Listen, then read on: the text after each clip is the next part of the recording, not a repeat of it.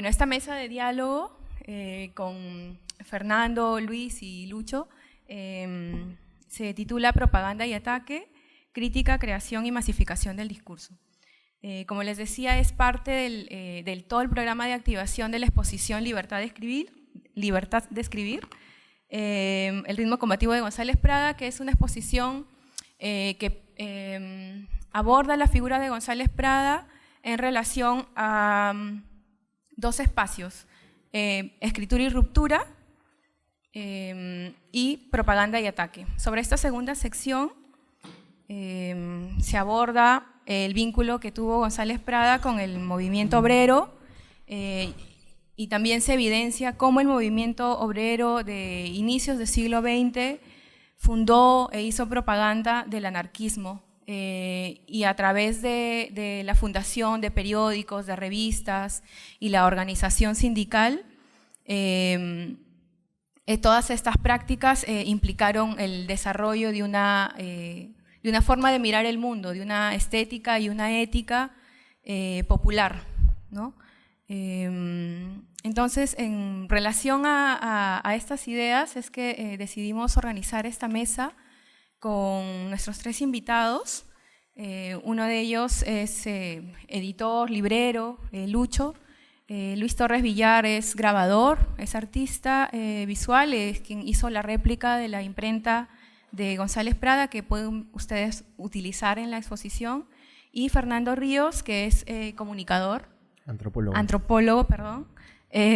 Y bueno, para pensar cómo estas ideas de apropiación de los medios de impresión o de divulgación pueden ser entendidos desde la idea de propaganda y ataque. Para ello les quisiera pedir en primer lugar que ustedes mismos, yo he más o menos descrito qué hacen, pero quisiera que nos cuenten cuál es su trabajo, ¿no? Qué intereses, preocupaciones, temas abordan en él. Podríamos empezar con Lucho. Él es, voy a repetir un poquito ya, ensayista, librero, poeta, cinéfilo, editor, corrector de textos y divulgador del anarquismo, ¿no?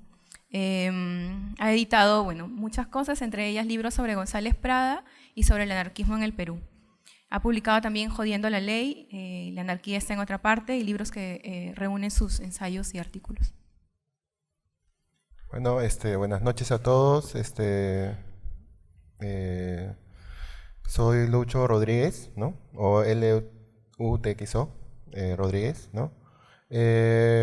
Bueno, como bien se dijo, pues soy editor de un proyecto que se llama Anarcrítica.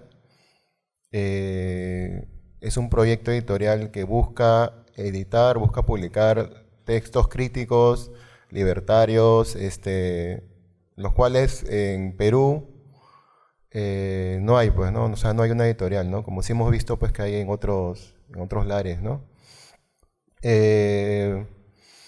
Bueno, escribo poesía, he escrito ensayos, laboro de corrector de textos, prensa, bueno, en revistas, editoriales, ¿no? Etcétera.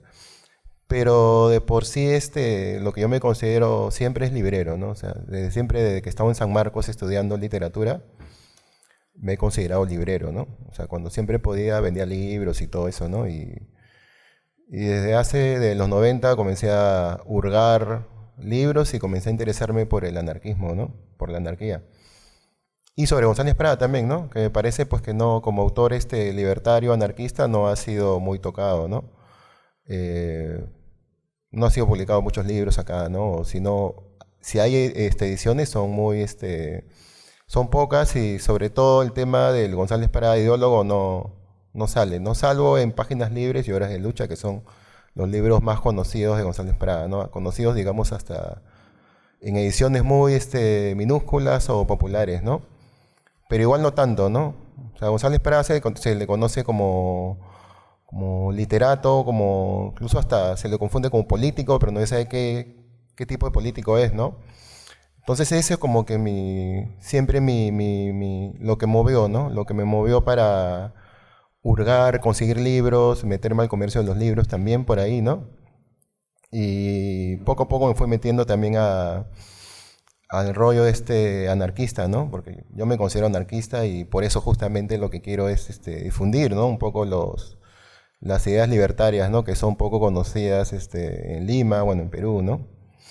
Y ¿y para qué, no? O sea, con el proyecto que tenemos se busca también, por otro lado, democratizar un poco el aspecto editorial, ¿no? Porque justo como conversábamos hace un rato, me parece como que hay una especie de élite, pues, de editoriales muy caras o libros cuyos precios son, bueno, a mí me parecen demasiado caros, ¿no?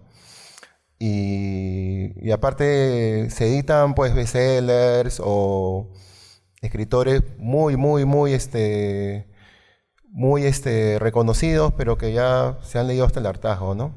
Entonces, eso es un poco lo que me ha movido a mí para no ahondar mucho en el tema, porque esta es una pequeña introducción, lo que me ha movido pues a ocuparme del aspecto editorial desde un punto de vista libertario, anarquista, ácrata. Entonces, básicamente, por eso como que me animé a involucrarme un poco con la movida de la exposición y todo esto, ¿no? Y la presentación de un libro que justo tiene que ver con lo que se está hablando ahora, ¿no? Con propaganda y ataque, ¿no? Y la exposición y esta conversa, ¿no? Esta charla. Justo ese libro que hemos editado, que parece un rescate importante de un libro que nunca se había editado en Perú, ¿no? Solamente hubo una edición, es la Argentina, de Editorial Imán, de la década de los 40, ¿no? Y nunca hubo un interés mayor por la cultura oficial de editarlo, ni tampoco otro libro que también hemos editado que se llama Anarquía, ¿no?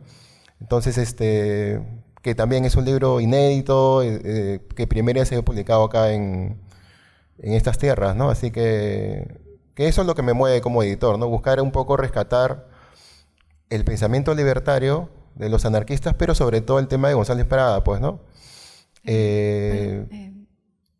Perdón que te corte. Ahondamos en eso en un segundo momento. Quisiera pedirle antes a Luis que también nos cuente que describas tu trabajo, ¿no? De qué va. Bueno, de todo, buenas noches con todos y gracias por la invitación. Básicamente, bueno, no soy literato ni escritor, pero sí me interesa mucho las posibilidades como que narrativas que puede tener, bueno, lo que se está exponiendo allá para seguir produciendo, ¿no? Básicamente soy profesor de la Escuela de Bellas Artes, soy grabador, artista visual, hago grabados y para mí mucho, bueno, lo que he traído también es algunas muestras de algunos libros que se han hecho de forma colectiva. Me interesa mucho como que la dimensión del grabado, esta dimensión plural que tiene de que, digamos, se puede generar una imagen y que varios pueden observarla, ¿no? O varios pueden llevarse incluso esta imagen, que es un poco la génesis de lo que vemos como lo que entendemos ahora con, no sé, las publicaciones en web y todo esto. Entonces, es como que sigo trabajando con esta idea de técnica de reproducción de imágenes tan artesanal y creo que la dimensión de compartir y de generar como que procesos de aprendizaje colectivos es lo que me interesa bastante, ¿no? Sobre todo porque entendiendo que hay estructuras donde se valían, digamos, publicaciones como artefactos de poder, el que tú puedas hacer tu publicación o tu propio producto y que puedas distribuirlo como desees, me parece que es muy potente, ¿no? Entonces, yo enseño a artistas que van a ser docentes y también artistas que van a trabajar como artistas. Entonces, me interesa mucho que también viren su mirada a entender que, digamos, el formato libro tiene sus posibilidades, ¿no? Son como que 3.000, 2.000 años o más de historia que tenemos que vemos que se sostiene y que se adapta, ¿no? Entonces, parte de mi interés también es un poco rebuscar, digamos, procesos ya caducos, o sea, que ya no se producen, y tratar de renovarlos y como que pensarlos de qué manera pueden actualizarse, ¿no? En ese sentido, también tiene que ver un poco con el trabajo que desarrolla de manera personal, que está vinculado mucho al grabado, pero que también tiene una dimensión como que crítica, ¿no? Que ahí siento que encuentro cierta coincidencia con el discurso de Prada, en el sentido de que también busco, digamos, una discusión política en lo que hago como imagen, ¿no? Entonces, porque esto responde mucho al contexto social, al espacio donde vivo, que tiene que ver mucho con una dimensión barrial, un espacio periférico, un distrito cono. Entonces siento que el arte también es una plataforma política para discutir, o sea, así como mis compañeros que producen libros, que publican, y que ese libro, una vez suelto, digamos, en la realidad, tiene una vida propia en la cual construye y genera conexiones de pensamientos de otros, también lo tiene la imagen, ¿no? que produzco como un grabado, que para variar el grabado también tiene una deuda muy vinculada con el libro. Entonces siento que no soy tan lejano, pero un poco por ahí creo que sería lo que podría hablar sobre yo. Gracias, Fernando. Sí, lo mismo. Primero que nos cuentes de cuál es tu trabajo, cuáles son los temas que abordas.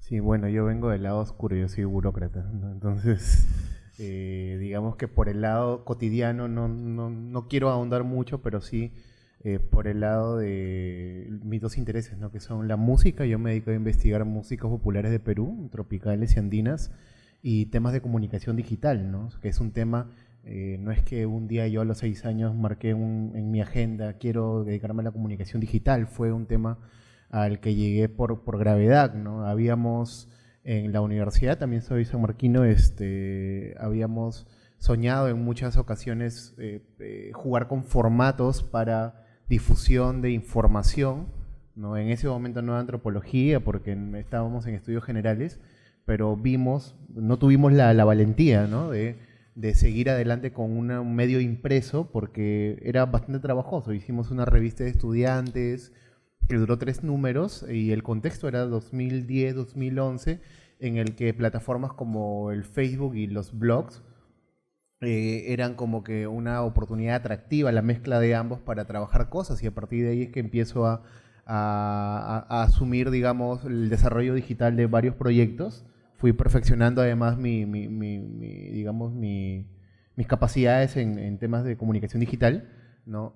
Técnicamente hablando, ¿no? O sea, de plataformas, de desarrollo web, ¿no?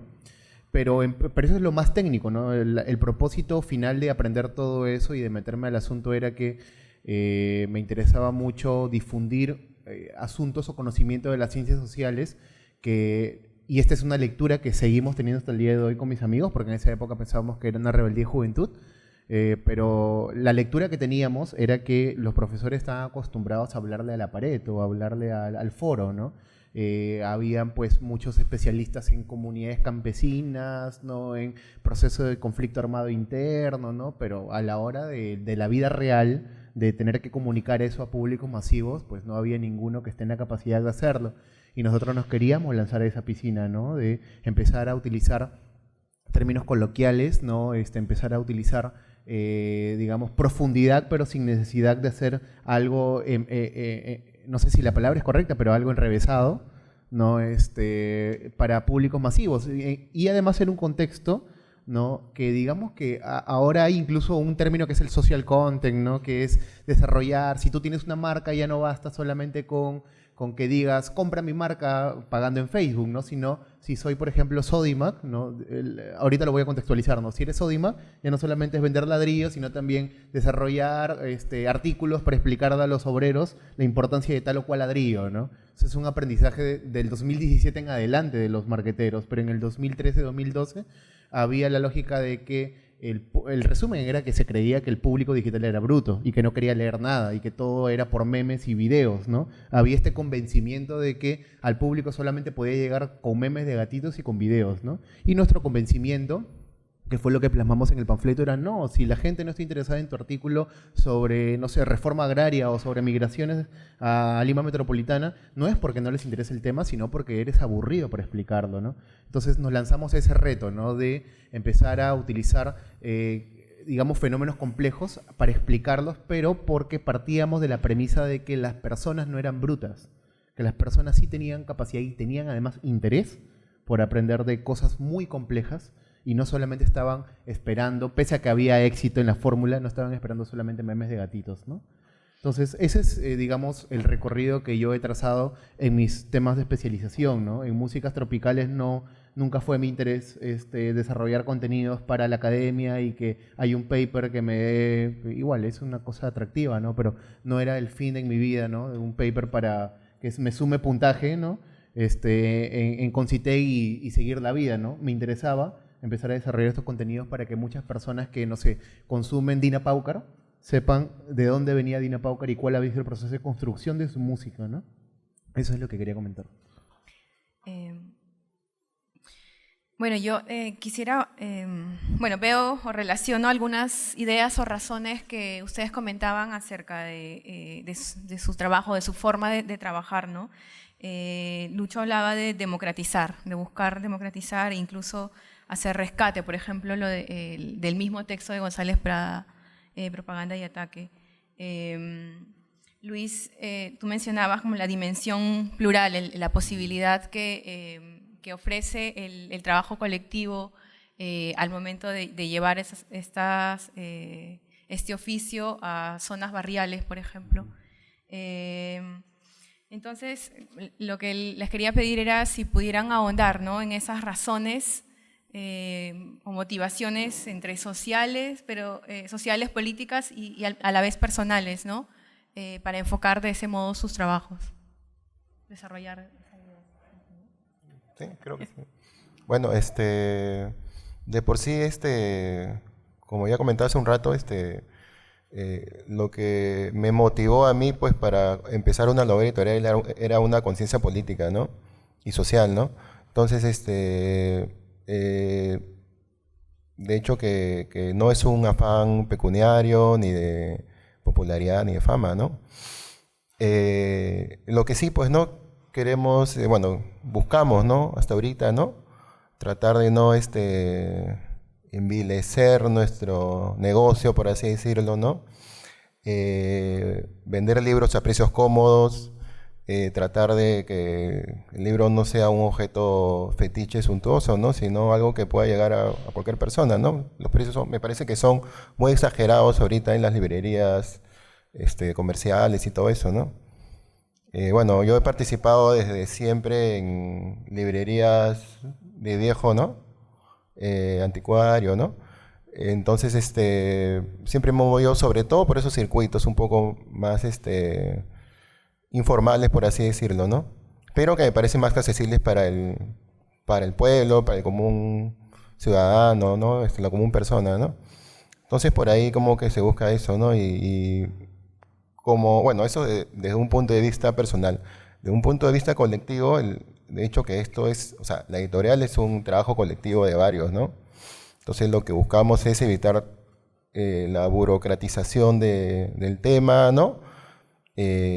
Como libertarios, como personas que tienen deseos de reivindicación social y de libertad, tratamos de que no existan líderes, ¿no?, de un jefe, ¿no?, sino que todo sea un trabajo colectivo armonioso entre todos, ¿no?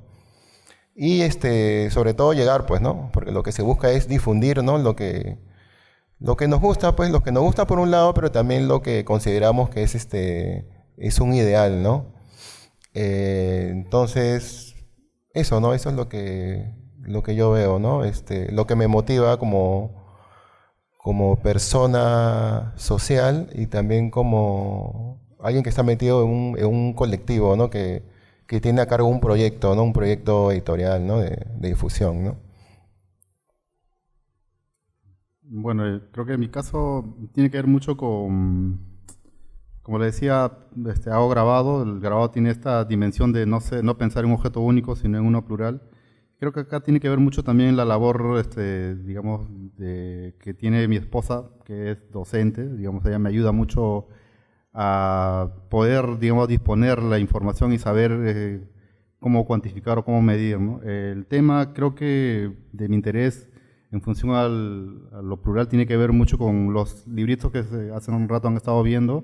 Muchos de ellos han sido hechos por personas mayores, por niños, por vecinos, personas que no tienen la inquietud, digamos, de dedicarse a escribir, ¿no? Pero sí quieren hacer algo y en ese acto de hacer, digamos, se genera algo de manera colectiva, se genera un recuerdo, se genera una memoria. Pero ¿qué pasa? Que como que el libro, sobre todo, no sé, está como que encumbrado, digamos, en un espacio donde que uno asume que es un artefacto de poder. Entonces, el hecho de que los niños puedan hacerlo, o sea, que puedan facturarlo, que puedan crearlo y que puedan leerlo y entender que parte de lo que para ellos es cotidiano puede ser palpable y aterrizable, o sea, eso me parece a mí súper potente, ¿no? Yo estaba enseñando grabado en algún momento en la escuela hace tiempo, y de ahí me dieron el trabajo de enseñar también a docentes. Entonces era como que el chip tiene que cambiar, ¿no? Entonces pensar en qué medida, digamos, la práctica artística también tiene que dialogar, y ya pensar no solamente en la idea del artista como un individuo único, sino pensar en el colectivo, o sea, es pensar en todos y los intereses de los demás. Estaba ahí un poco cabezón, dándole vuelta, y encuentro un poco esto que tiene que ver con la escuela freinetista, ¿no? Celestin Freinet fue un pedagogo francés, no podía hablar, tenía complicaciones, y de esas complicaciones él sacó mucho a favor, en el sentido de que introdujo una imprenta en la escuela, ¿no? Y empezó a generar dinámicas donde los niños empezaban a recoger parte de su cotidiano para elaborar y crear, digamos, literatura, ¿no? Entonces eso para mí fue alucinante, porque dije, wow, acá es donde que tengo la respuesta.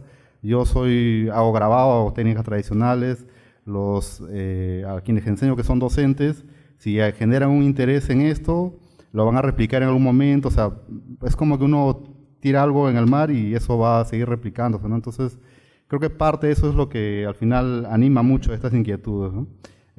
Cuando me dieron el trabajo de hacer esta réplica de esta imprenta, pues yo primero que vi fue ahí un eslabón, ¿no? O sea, la posibilidad de ver un objeto como detenido en el tiempo y de qué manera replicarlo. Y lo que estaba haciendo ya es piratearlo, o sea, lo que ven ahí es, ¿no?, todo churrigueresco, ¿no?, así de recargado, que obedece un poco a su época, ¿no? Pero yo he hecho ya otras réplicas donde estamos ya usando, o sea, estoy usando materiales que puedes encontrar en mercados centrales, esquineros no sé, para armar mesas, todo, o sea, que sea accesible, ¿no?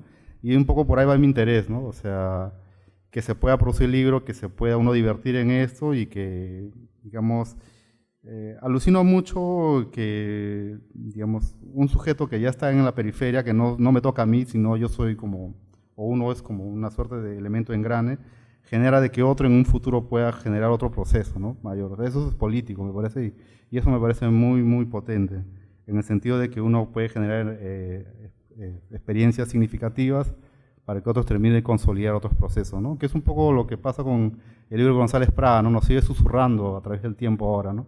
Y bacán, ¿no? Eso me parece plural, ¿no? Totalmente. ¿Hablo? Sí, Sí, yo me conecto mucho con lo que comenta Luis.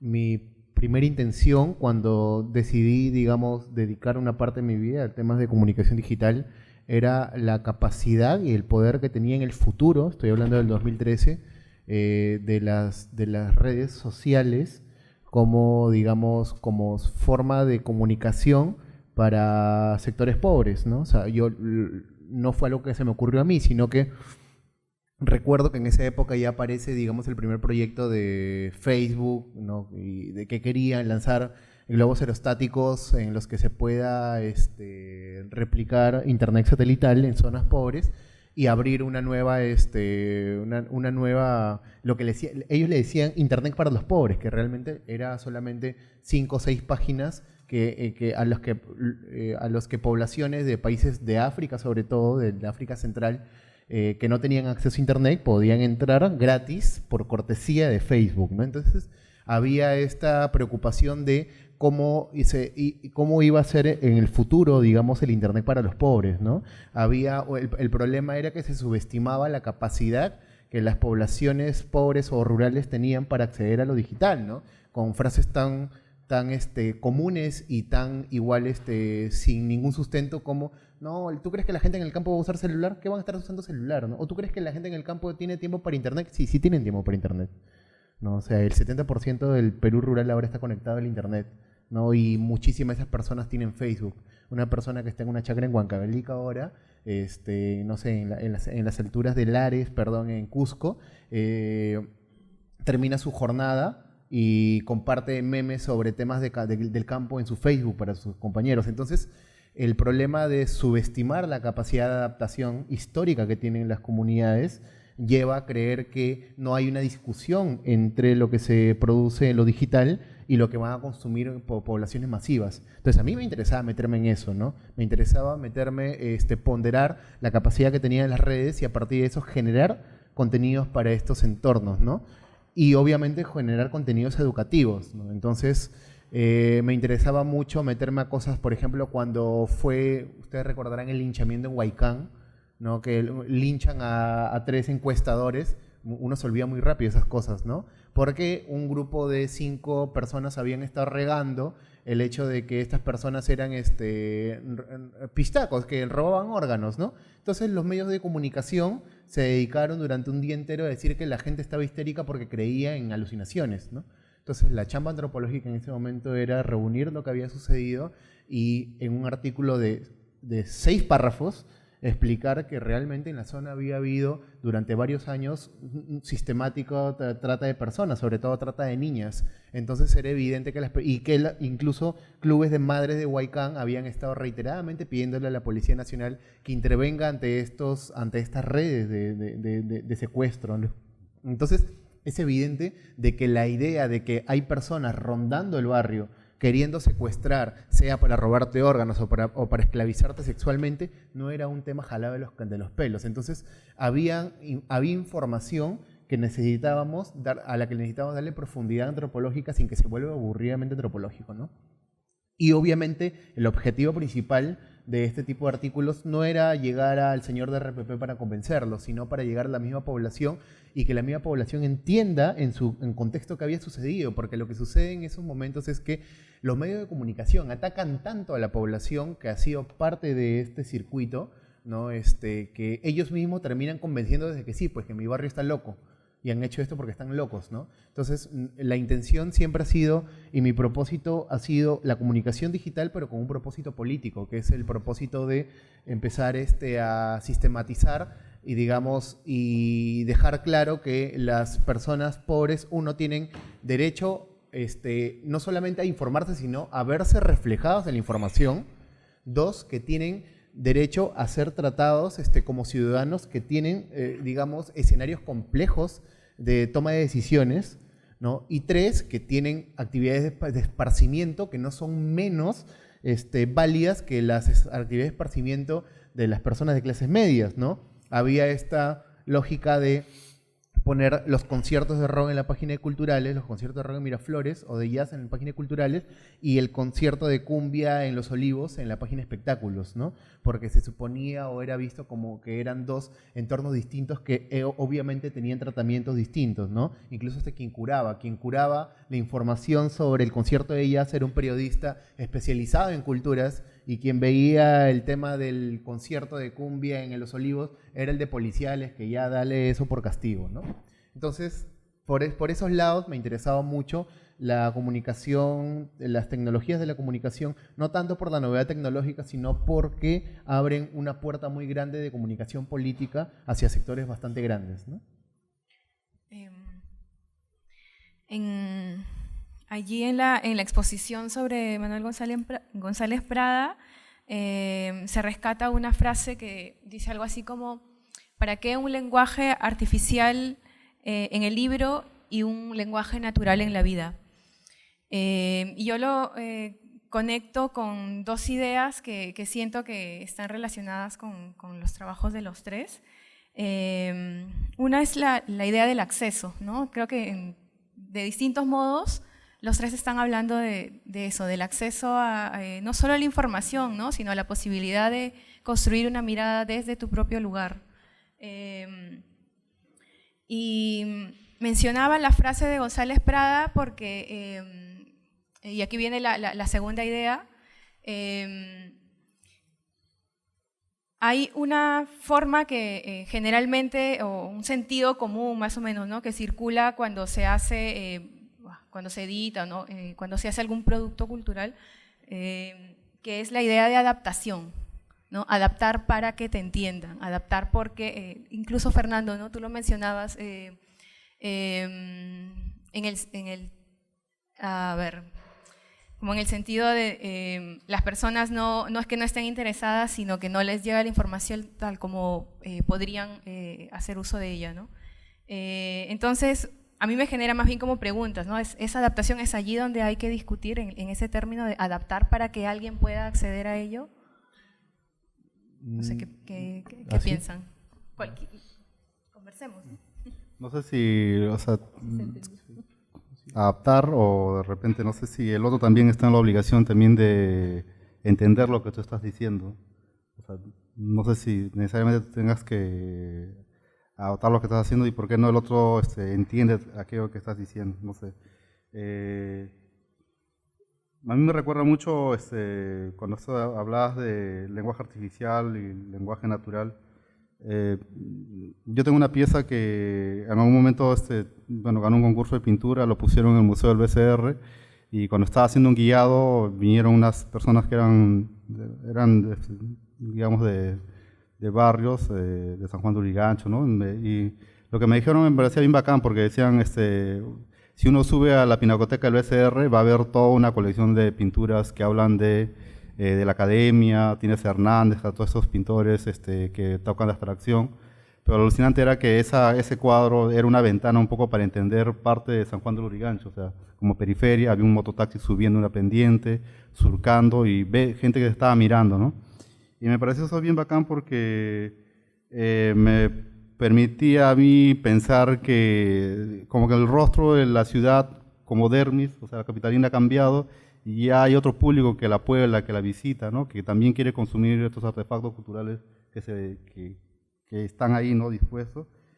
Y no sé, yo siento que al final también es como que una pugna, ¿no? Porque en esta obra hay fragmentos en quechua, o sea, textos que están en quechua, y alguna vez el público me preguntaba, ¿y por qué lo hiciste en quechua? Bueno, yo siento que esta obra viene de la periferia, de ese espacio, mis vecinos hablan quechua también, y yo sé que en algún momento cuando envié esta obra a ese concurso, lo iba a ver un jurado que era muy educado, que se había comido mucho más libros que de repente todo el asentamiento humano al cual pertenecemos, pero yo sí sentía que se iba a sentir ignorante cuando miraba esta pieza, ¿no? Cuando miraba ese pedazo, ¿no? Entonces, eso me pareció bien potente, ¿no? Entonces, y bueno, es una canción que está ahí relatada, como que hay una dimensión como que conflictiva también, ¿no? Que creo que siempre va a estar presente, ¿no? Y esto de, no sé, adaptarse o no adaptarse, claro, es necesario, ¿no? Pero creo que se pide en ambas posiciones de lectura. Bueno. Bueno, lo que yo podría, bueno, de lo que capté, podría decir, pues, bueno, que me hace recordar un poco a González Prada, pues, ¿no? González Prada era un esteta, pero también un personaje que se dirigía a la clase obrera, ¿no? Entonces, por ahí están circulando unos libros que son los que editamos con Anarcrítica, y hay uno en particular que se llama Anarquía. Ese libro tiene artículos periodísticos de González Prada, en el cual me parece, pues, hay una destreza notable de Prada para dominar la nota corta, el artículo sencillo, pero de una manera muy, como que muy didáctica, ¿no? Entonces eso yo particularmente dentro del ámbito periodístico del siglo XIX, pues siglo XX, ¿no? Me parece pues que es comparable con pocos, ¿no? Con pocos escritores de esa época, ¿no? Parece que logra sintonizar, logra fundir la belleza con la claridad que es un mensaje, ¿no? Un mensaje en este caso político, ¿no? Porque a veces la anarquía necesita un poco la frontalidad y ser directo, ¿no? Para llegar, ¿no? Entonces me parece que por ahí va la cosa en ese sentido, pues, ¿no? Tratar de buscar un punto medio entre adaptar un poco el mensaje y los códigos, pero también dotar al verbo de una claridad suficiente, ¿no? Y también combativa, ¿no? Y bueno, a nivel personal, esto yo que estoy involucrado pues desde hace mucho tiempo en revistas, folletos, periódicos libertarios, me parece que igual eso es lo que se busca un poco, ¿no? Y recuerdo que en cierta oportunidad yo y un grupo de amigos que sacábamos materiales impresos, anarquistas, cierta vez sacamos, bueno, siempre sacamos periódicos de 16 páginas, ¿no? Yo sacaba un periódico que se llamaba Desobediencia, que salió el año 2002, me parece, 2003, por ahí. Sacamos 15 números. Pero en cierta oportunidad sacamos una especie de tríptico pequeño y con un lenguaje más llano, más popular, ¿no? Se llamaba Vitamina A. Y eso lo regalábamos, porque el periódico costaba $1, ¿no? Lo regalábamos, pero como que intentamos en algún momento como que manejar un lenguaje popular, súper llano, incluso coqueteando un poco, ¿no? No tanto con lo diario chicha, pero sí en un lenguaje un poco más así, para que cualquiera lo entendiese, ¿no? Sin tanta referencia erudita o libros u otras cosas, ¿no? Entonces, por ahí creo que yo, bueno, se da esa problemática un poco, ¿no? Que expresa también González Prada, y me parece en ese caso lo dice sobre todo fustigando, pues, el colorido verbo, pues, de la academia que él justamente también criticaba, pues, ¿no? Cuando, solamente era pompa, ¿no? Pompa vanua, ¿no? Y él la criticaba muy certeramente, ¿no? Bueno, eso es lo que puedo comentar al respecto, ¿no? Sí, hay una cita que cita González Prada que era quien desprecia a la multitud desprecia la razón, ¿no? Yo me atrevería a decir que sí hay una adaptación, pero no es que hay una adaptación entendiendo de que las personas o el consumo masivo significa que las personas no te pueden entender, sino que realmente, o sea, uno históricamente, al menos desde las ciencias sociales, por ejemplo, uno ha hecho muchos esfuerzos tienes una idea, este es un concepto, no sé, estás trabajando en alguna comunidad específica, un fenómeno, y a partir de tu campo y de lo que hiciste, tienes que meterte un rollo de traducir todo para que la academia te lea y sienta que estás diciendo algo serio. O sea, eso es adaptar. O sea, porque estás haciendo algo, o sea, digamos que de una otra forma la formación en ciencias sociales te vuelve medio un monstruo con esas cosas, ¿no? Porque te obliga a decir cosas que realmente no hubieras querido decir, ¿no? Darle demasiadas vueltas a una idea o por el temor de que alguien sienta de que lo que está diciendo es muy básico. O sea, igual vas a seguir diciendo algo básico, pero ahora lo dices con otras palabras. Entonces, en ese sentido, sí hay una adaptación, pero no porque las personas de este lado no te puedan entender y la academia sí, sino que realmente, así como te esfuerzas en hacer la adaptación para la academia, también deberías esforzarte para hacer una adaptación para públicos masivos, ¿no? Y además porque hay otra premisa, ¿no? Que siempre se escucha, ¿no? Quien habla muy enredado, salvo que seas un francés de mitad del siglo XX, ¿no? Quien habla muy enredado es porque no tiene mucho que decir, ¿no? Es porque esconde detrás del estilo ideas muy básicas, ¿no? Estamos hablando en español, ¿no? Y lo otro es que entendiendo en el contexto de González Prada, ¿no? Cuando González Prada hace estos textos de páginas libres, ¿no? Hay un contexto muy grande de rezagos de costumbrismo, ¿no? Ahí todavía sigue habiendo una tradición muy, muy grande de escritores que no eran ni Paz Soldán ni Asensio Segura, ¿no? Que tampoco eran Ricardo Palma, pero que todavía era gente pues que soñaba con la Lima colonial, ¿no? Y hacían escritos del mi Lima querido, mi Lima bello, ¿no? Lo que se perdió, ¿no? Más o menos lo que encuentras ahora cuando entras a un grupo de Facebook de Lima Antigua o ex haciendas de Lima, ¿no? Que se dedican a decir, ponen una foto de la hacienda Infantas en San Martín de Porres, ¿no? Y en lugar de que haya una discusión histórica, hay una discusión, miren lo que se convirtió, la basura que hay ahora, antes era hermoso, ¿qué pasó, no? Entonces, contra eso, contra ese contexto es que González Prada es reactivo, ¿no? Y además porque en ese contexto él lo que dice es, tenemos muchos especialistas que tienen una jerigonza muy específica para sus temas, pero no necesariamente dicen algo, ¿no? Había esto de hablar de la anemia de las ideas, ¿no? Y que obviamente trae consigo la anemia del estilo, ¿no? Entonces, eso es una cosa que sucede mucho al día de hoy, ¿no?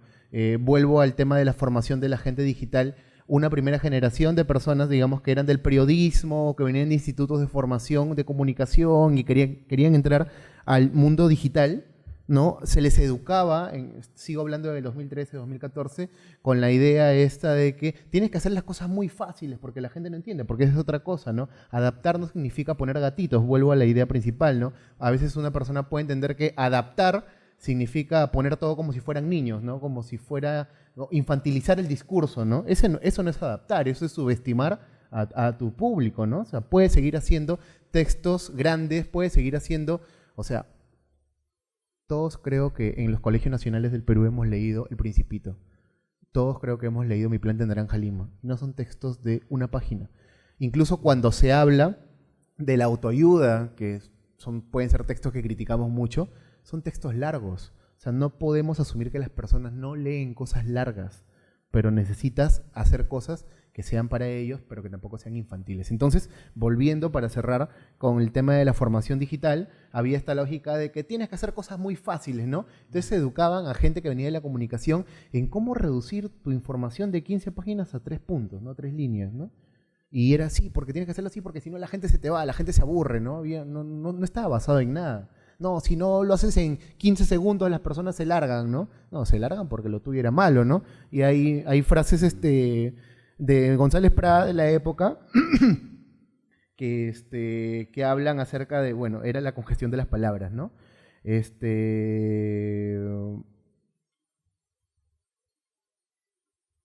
Había el tema de, no lo tengo aquí apuntado, pero había este convencimiento de que se tenía que hacer discursos masivos, no solamente porque se tenga que comunicar a públicos masivos, sino porque el discurso masivo encierra una cosa que no tiene lo especializado. Lo especializado se encierra en cosas muy, digamos, muy contextuales, ¿no? O sea, tenías no sé, el médico que está hablando sobre esta parte del hígado, lo que había en la época, ¿no? Que era una etapa de mercurio peruano, muy tardía, era hablar sobre el indígena que llegó al hospital, no sé, a Lazareto, y que le encontramos tal cosa en el estómago, ¿no? Y no había desarrollo de textos que sean, digamos, capitulares sobre la medicina peruana, ¿no? Tenías abogados hablando sobre el estado del tal caso, de la hacienda tal que se peleó con el indígena, y no había un texto de abogados que hable sobre el problema de la tierra en el Perú, ¿no? Entonces, a lo que llamaba a González Prada era hacer discursos masivos no solamente por el público, sino también porque ya era hora de empezar a hablar de temas estructurales en el país. Ya era hora de empezar a criticar que las élites le den la espalda a los indígenas, ¿no? Entonces, por ahí, a mí me interesa que en pleno 2019 también hay este problema, ¿no? Tienes a mucha gente hablando sobre problemas pequeñitos del derecho, problemas pequeñitos de la historia, y no hay, digamos, hay nuevamente un temor por hablar, no sé, de temas de los que se hablaba recurrentemente en los 70, ¿no? En plena época militar, ¿no? De hablar de refundaciones nacionales, por ejemplo, ¿no? De volver a pensar en modelos, ¿no? Ahora decir la frase, digamos, reforma constitucional es una mala palabra, decir frases como hay que revisar el modelo neoliberal en el que trabajamos es una mala palabra, ¿no? O sea, es como que hay veto a hablar de estructuras porque o te toman como loquito que va a hablar de un tema panfletario o como alguien que no tiene idea de las cosas, ¿no? Entonces, por ahí yo creo que también hay un tema de que los contenidos deben volver y se supone que hay personas trabajando, ¿no? Deben volver a ser temas masivos, pero también temas estructurales, ¿no? ¿Alguien más quiere? No. ¿Alguien tiene algún comentario? ¿Quiere participar? ¿Quiere protestar? Tiene libro.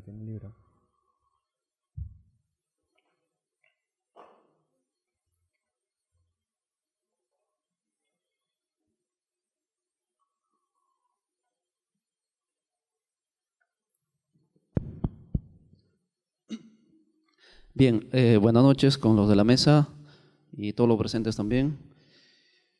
Considero importante la perspectiva que tienen en este caso cada participante respecto a en este caso, al pensamiento crítico que haya desarrollado González Prada en esos años, estamos hablando más o menos hace 200 años y algo más.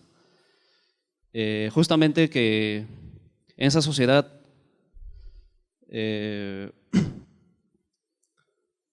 la clase de la élite prácticamente tenía pues sus escritores, tenía personajes que contaban la historia oficial, la política oficial, la literatura también oficial. Y qué raro que un Prada, que también provenía de una familia acaudalada, una familia adinerada, desarrolla un pensamiento sumamente distinto y en contra justamente de esa clase que muchas veces no dice la verdad, ¿no? Sino siempre tratan de ocultarlo.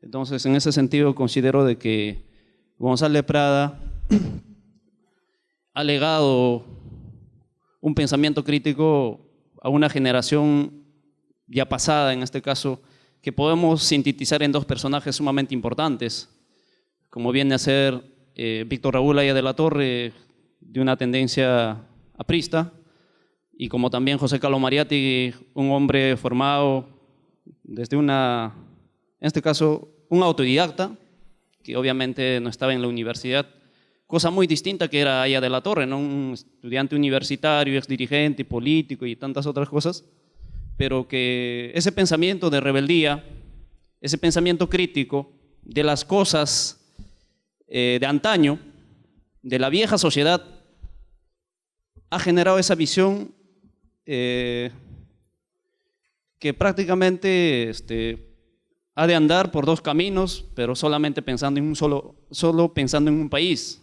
que era el Perú. De hecho, cada uno que ha participado tiene su perspectiva. Por ejemplo, el que ha editado justamente Anarquía, acabo de leer algunas líneas, un aporte importante a un texto que quizás se le ha dejado en el olvido de forma injusta, ¿no? Porque es necesario que la nueva generación debe conocerlo. Sin embargo, aportes importantes, datos interesantes, muy a pesar que no se pueda compartir, ha quedado en el baúl del recuerdo, simplemente. Y creo yo de que ese libro es muy valioso para poder leerlo, ¿no? Porque si nosotros la generación presente no valora a los que antes han contribuido de distintas perspectivas a poder buscar un Perú mejor, un país mejor, yo creo que esta generación también va a pasar sin haber hecho nada. Y justamente ahí dicen, ¿no?, que ojalá que haya hombres que siempre tengan sueños hermosos. Yo creo que es una frase sumamente valiosa si lo entendemos desde la perspectiva de la estética o también relacionado a un mundo mejor, ¿no? Ahora, al lado del amigo igual, mencionaba, por ejemplo, de que desarrollando la canción, o en todo caso desde su perspectiva también él, cómo es que se relaciona con las cosas que antes se veía en esa Lima de hace 200 años, en la que muchos añoraban, nostálgicos de la sociedad virreinal, de la sociedad colonial,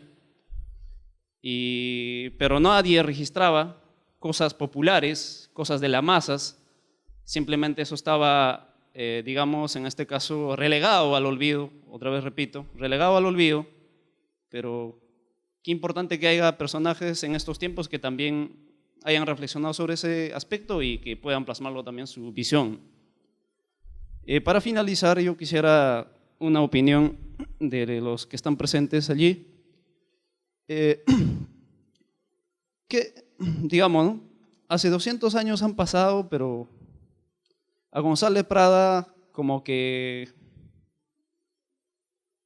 si grupos como esto o personajes como los que están participando no van a valorar en su dimensión completa, no podemos esperar otra cosa que puedan hacer la clase criolla o la clase gobernante. En ese sentido, nos gustaría escuchar en este caso qué propuesta se puede construir respecto a esto. Gracias.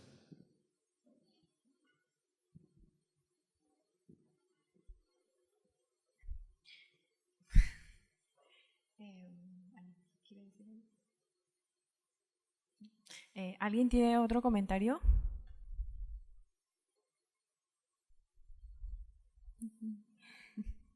Bueno, ya que hay un mutis total, No estoy esperando. ¿qué era?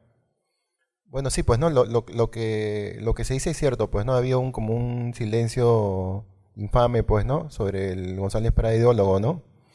Y sí, pues hay una comprensión muy parcial de lo que fue la figura de González Prada, ¿no? Entonces, exposiciones como esta, ¿no? Que tienen más tiempo, o rescates como el libro que tienes por ahí, ¿no? El de Propaganda y Ataque, creo que buscan eso, ¿no?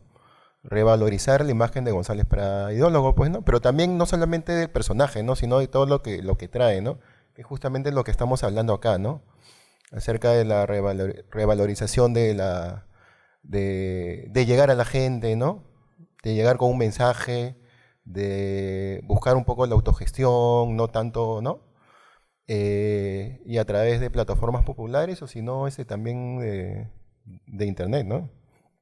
Entonces, eso es lo que se busca. Bueno, yo a título personal lo que me interesa son las ideas hondas de González Prada, pues, ¿no?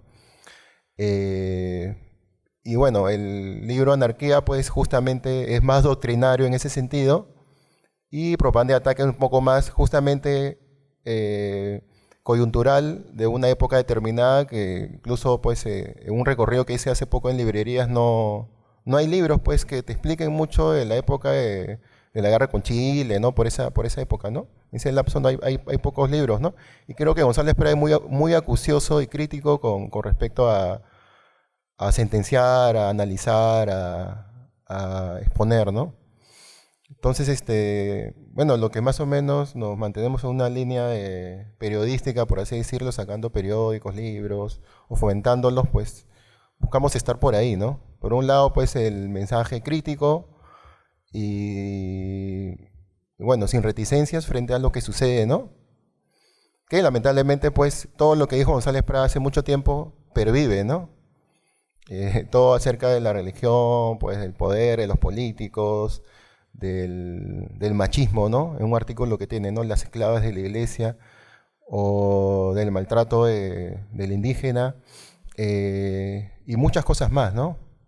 De la hipocresía de los políticos. Todo pervive y está claramente identificado ahorita, ¿no? Así que toca un poco bueno, sacar a la palestra de nuestros discursos y, bueno, aplicarlos y seguir siguiendo un poco las ideas hondas de González Prada, ¿no? Eso es lo que podría comentar, ¿no? Bueno, yo creo que tiene que ver mucho con... Alguna vez leí un texto, creo que era de otro autor, pero hablaba un poco de esta lógica de las Arcadias, ¿no? Arcadia colonial, y cómo es que esta todavía se maneja o se busca como un regreso al pasado, ¿no? Que, digamos, siempre está presente y siempre se construye de los argumentos de los mayores, pero también hay nuevas Arcadias que se van construyendo, ¿no? En mi caso, yo, digamos, un poco como invitado aquí, me obedece a pensar que también en las periferias se están construyendo nuevas identidades, ¿no? Y sí es urgente revisar, digamos, este tipo de literatura que permite un poco refrescar, ver cómo el archivo también empieza a tomar vitalidad, ¿no? O sea, lo importante de entender aquello que ha sido como relegado, olvidado, cómo genera conexiones, y uno empieza a ir observando cómo es que a partir del tiempo uno contrasta, ¿no? Cuánto esto ha cambiado, cuánto es que sigue, digamos, las divisiones, injusticias y todo esto que al final termina como generando cólera, ¿no? Entonces, creo que lo importante es de en qué medida cada uno desde sus trincheras o sus formas de prácticas pueda seguir estimulando, o sea, que se pueda observar, ¿no? Como el caso del libro, que ya lo quiero comprar, más ratito te hablo, que tiene que ver mucho con eso, ¿no? Con de qué manera volvemos a generar conexiones con un ahora, ¿no? O sea, es como cuando uno saca un ceramio prehispánico y dice, ¿para qué sirve? Bueno, para que de qué manera ese ceramio nos siga hablando de un pasado, pero en un ahora presente, ¿no? Y genera conexiones. Yo siento que tiene que ver bastante con eso, ¿no? Con la escritura de este autor, ¿no? De cómo nos sigue hablando de la realidad y reflexionamos cuánto ha cambiado, cuánto no, ¿no? Y eso me parece que es bien contundente porque nos enrostra mucha realidad y muchas diferencias. Sí, lo que yo quería comentar era que, bueno, respondiendo a la duda de la propuesta, lo que viene después de González Prada es cierto, es una generación de intelectuales, pero también una generación de intelectuales limeños. Hay un fortalecimiento digamos, de la burguesía limeña. No recordemos que hasta antes de la guerra con Chile, Arequipa, Cusco todavía tenían capacidad de poner presidentes, de decidir muchas cosas en el Parlamento, ¿no?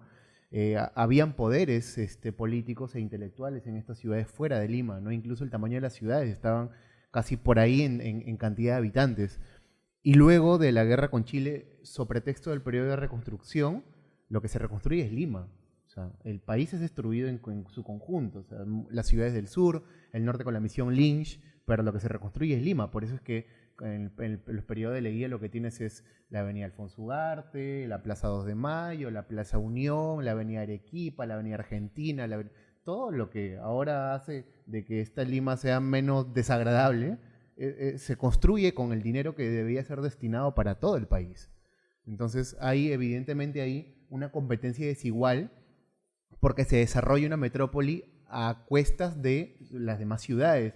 Y evidentemente en ese periodo Lima, y luego con periodos como el de Odría, Bustamante, Lima le saca una ventaja que obviamente no solamente era infraestructura, sino también de capacidades humanas. Entonces, lo que yo creo que el proyecto contemporáneo, el proyecto del futuro es descentralizar el país. Y cuando hablo de descentralizar, no es esta descentralización que se da hasta el día de hoy, que es te doy un poquito de poder, te doy un gobierno regional, te doy tu propio presupuesto para que decidas tus veredas y tu pista de ese barrio. No, o sea, la descentralización es, si históricamente tú le diste dinero, que era para todo el país, a una región determinada para que se desarrolle a expensas de otras, tienes que hacer lo mismo ahora. Quienes la tienen un poco clara son los campesinos del Perú. Hace poco amenazaron con una huelga que al final duró solamente un día como un bloqueo, pero lo que ellos decían o lo que le exigían al Estado peruano era durante muchos años has invertido miles de millones de soles para proyectos de irrigación que han servido para agroexportadores, no para el campo. Para los campesinos del Perú tienes el presupuesto más bajo uno de los presupuestos más bajos de todo el erario nacional, como que creo que es 4 o 5% del presupuesto nacional para agricultura, que es absolutamente nada en comparación de la cantidad de personas que se dedican a estos temas. Entonces, ya hay un discurso que va a empezar a aflorar en los próximos años, que es la única forma, o sea, deja ya Estado peruano de jugar a las pequeñas reformitas, o sea, estuvo bacán la etapa y fue necesaria la etapa del MIDIS teniendo programas de focalización, ¿no? O sea, perfecto, ya estuvo bien, pero ya queremos ir un paso más allá. Queremos que así como tú has invertido en las burguesías y en las altas clases sociales, tienes que invertir ahora en las regiones. Entonces, el proceso de descentralización que debe venir en el futuro debe contemplar mudar ministerios a regiones, mudar competencias nacionales que ahora solamente están en Lima a regiones.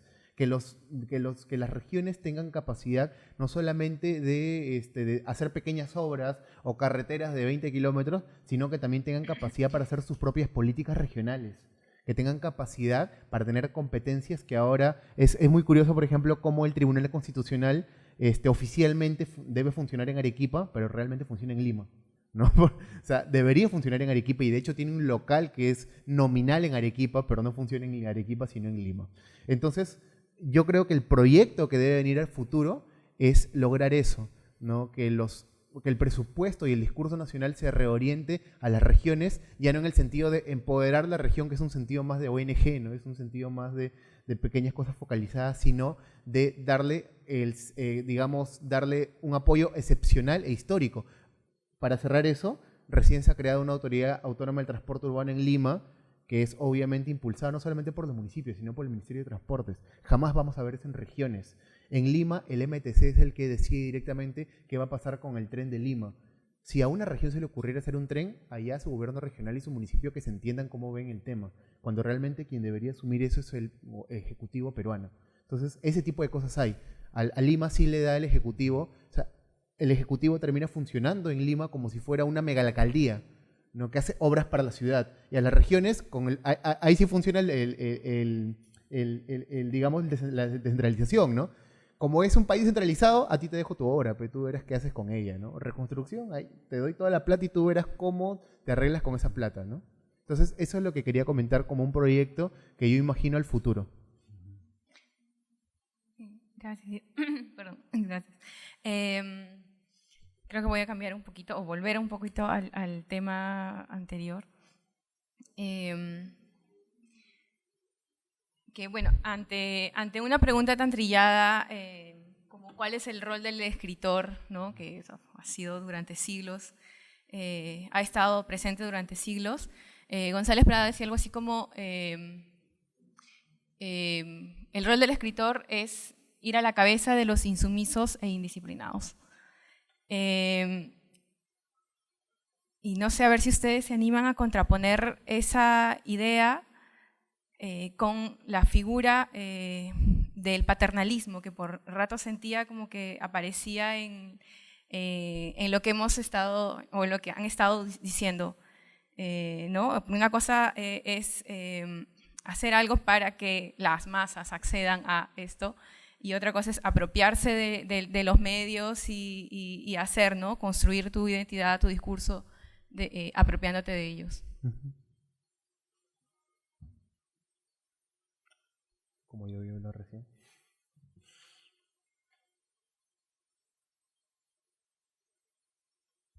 Bueno. Voy a preguntar, creo. Sí, señor.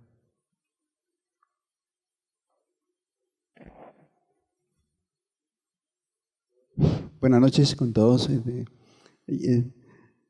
estaba tratando sobre el problema de la prensa. ¿Quién es la prensa?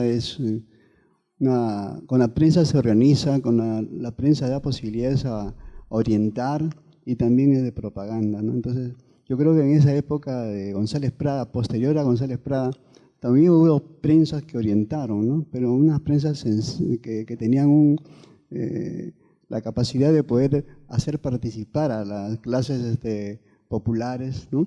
Y que ellos manifestaban el quehacer de la problemática nacional, ¿no?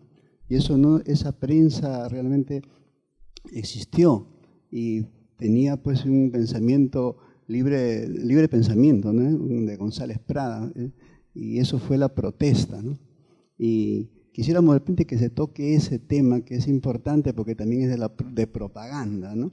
Yo tengo acá un ejemplar del año 40, donde mi padre también escribía sobre los problemas de la tierra, el problema de la ciudad y el campo, ¿no? Entonces, es una propaganda muy importante, ¿no? Lucho, creo que, no sé si se conocerá esta propaganda, quisiera hacerle presente, entregarle en este momento para el conocimiento de la mesa. Que lo observes.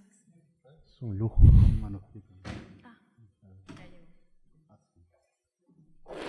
Bien, eso es lo que quería aportar. Hay una pregunta más, o sea, como unimos y luego contestamos. Para comentar algo también sobre esto. Hola, ¿se escucha? Bueno, yo tal vez divago un poco, pero bueno. Una de las inquietudes que me salta acá es cómo y dónde se encuentra la práctica y la acción libertaria hoy, básicamente, ¿no? Sería tal vez de una divulgación, basta solo con divulgar o con publicar libros en el fondo, o el cómo estaría tal vez, es suficiente las redes sociales, ¿no? Que hoy sabemos que ocupan nuestros datos, los venden, ¿no? Generan todo un movimiento político, es necesario ese camino, ahí hay una pregunta, o tal vez la acción y la práctica del libro y la impresión estarían vinculándose como de alguna forma se puede ver en esta imprentilla, ¿no? Yo creo que, yo vengo del mundo de la impresión y creo que hay una práctica indivisible, pedagógica entre la lectura y lo que se imprime, ¿no? Creo que ese niño que imprimió o que ayudó a componer ese ejemplar, evidentemente lo leyó 1 y 100 veces, como si está escrito.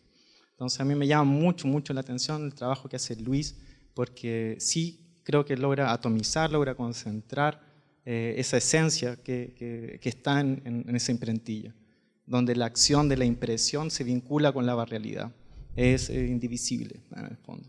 Entonces siento que hay algo que tal vez, una beta que se puede explotar aún más, ¿no? No tan solo de qué se imprime, dónde se imprime, cómo se imprime, ¿no? El ejercicio de la memoria impresa a través de los barrios, de las capas populares. Me parece que eso es vital.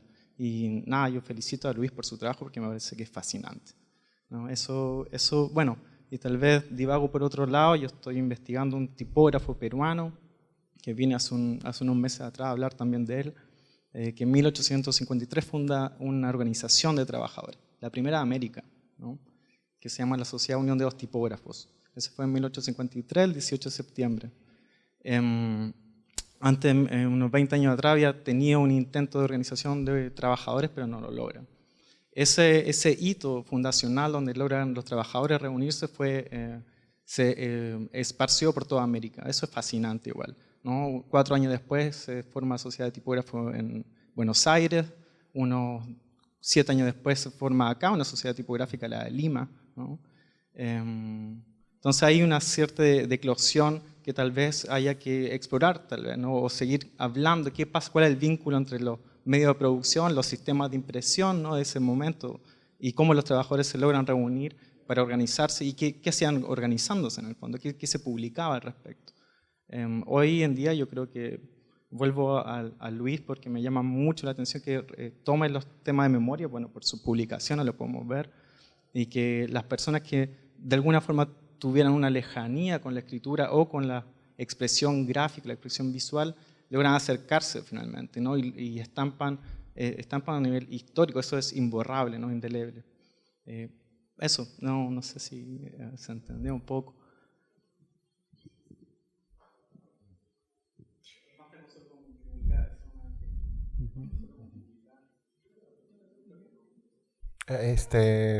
Bueno, creo que un poco en orden, porque ya me confundí un poco. Bueno, bueno, un poco, no sé si te entendí, lo que todo el mundo se quedó callado. El tema es que, sí, pues en el caso de González Prada, Manuel González Prada, pues como bien dijeron, pertenecía pues a la alcurnia, ¿no? A la aristocracia, ¿no? Su familia, ¿no? Pero él justamente logró doblegar eso por las ideas que tenía, pues, ¿no? O sea, no... Y él por ahí en algunos artículos menciona pues que él está en contra de cualquier tipo de determinismo, ¿no? Histórico, ¿no? Y en ese sentido pues me parece que él logró posicionarse como rebelde al margen de la clase que pertenecía, pues, ¿no? Y su acercamiento pues a las leyes obreras no fue jerárquico, ¿no? O sea, él no se acercaba con un afán paternalista de enseñar, ¿no? Creo que por ahí un poco iba, ¿no? A mí me parece que él era uno más, pues, ¿no? O sea, él, de lo que he investigado, pues, de lo que he leído, pues, da a notar eso, pues, ¿no? Incluso, bueno, tuve la oportunidad también de hablar sobre ese tema, pues, con César Lévano, ¿no? Cuyo padre es uno de los animadores del anarcosindicalismo, ¿no? Delfín Lévano, ¿no? Bueno, y su abuelo también, ¿no? Y ahí al fondo tenemos también un compañero, Américo Cayetano, que es el que mandó el periódico, que su padre también fue un anarquista de Lima, ¿no? Pero más de la provincia, ¿no? Entonces, bueno, eso por ahí, ¿no? O sea, tenemos el ejemplo de González Prada, pues que logró superar un poco la clase a la cual pertenecía, pues para mantener un mensaje horizontal y fundirse con la masa obrera, ¿no? Justamente para aportar, ¿no? Como uno más, ¿no? Como también Durruti en la Guerra Civil Española, ¿no? Que se le afirma como un cabecilla, pero en realidad era uno más, ¿no? Y a este respecto, pues el anarquismo siempre ha tenido el papel impreso, ¿no? Como propaganda, ¿no? Pero también, bueno, volviendo al tema de la Guerra Civil Española, tú puedes ver, pues, la colección de afiches que hicieron los milicianos como propaganda, donde se nota un trabajo de impresión, de diseño, ¿no? Claro, claro, o sea, justamente se ve una cosa artesanal, artística, pero contundente, ¿no? En el mensaje, ¿no? Entonces un poco también resolviendo y mezclando un poco las intervenciones, esto siempre va a haber, ¿no? Hubo, ¿no? Y esta es una prueba palpable de eso, ¿no? Porque esto perdura, es un periódico de la década de los 40, ¿no? Todavía se siguen imprimiendo periódicos anarquistas en España, en México, bueno, acá también, ¿no? Hasta hace poco. Y eso perdura, ¿no? Y este periódico, pues, de hecho, pues que ha sido perseguido, ¿no? Esto no debería estar acá, pues, ¿no? Porque mucho de esto se ha quemado, ¿no? Se ha echado a perder, ¿no?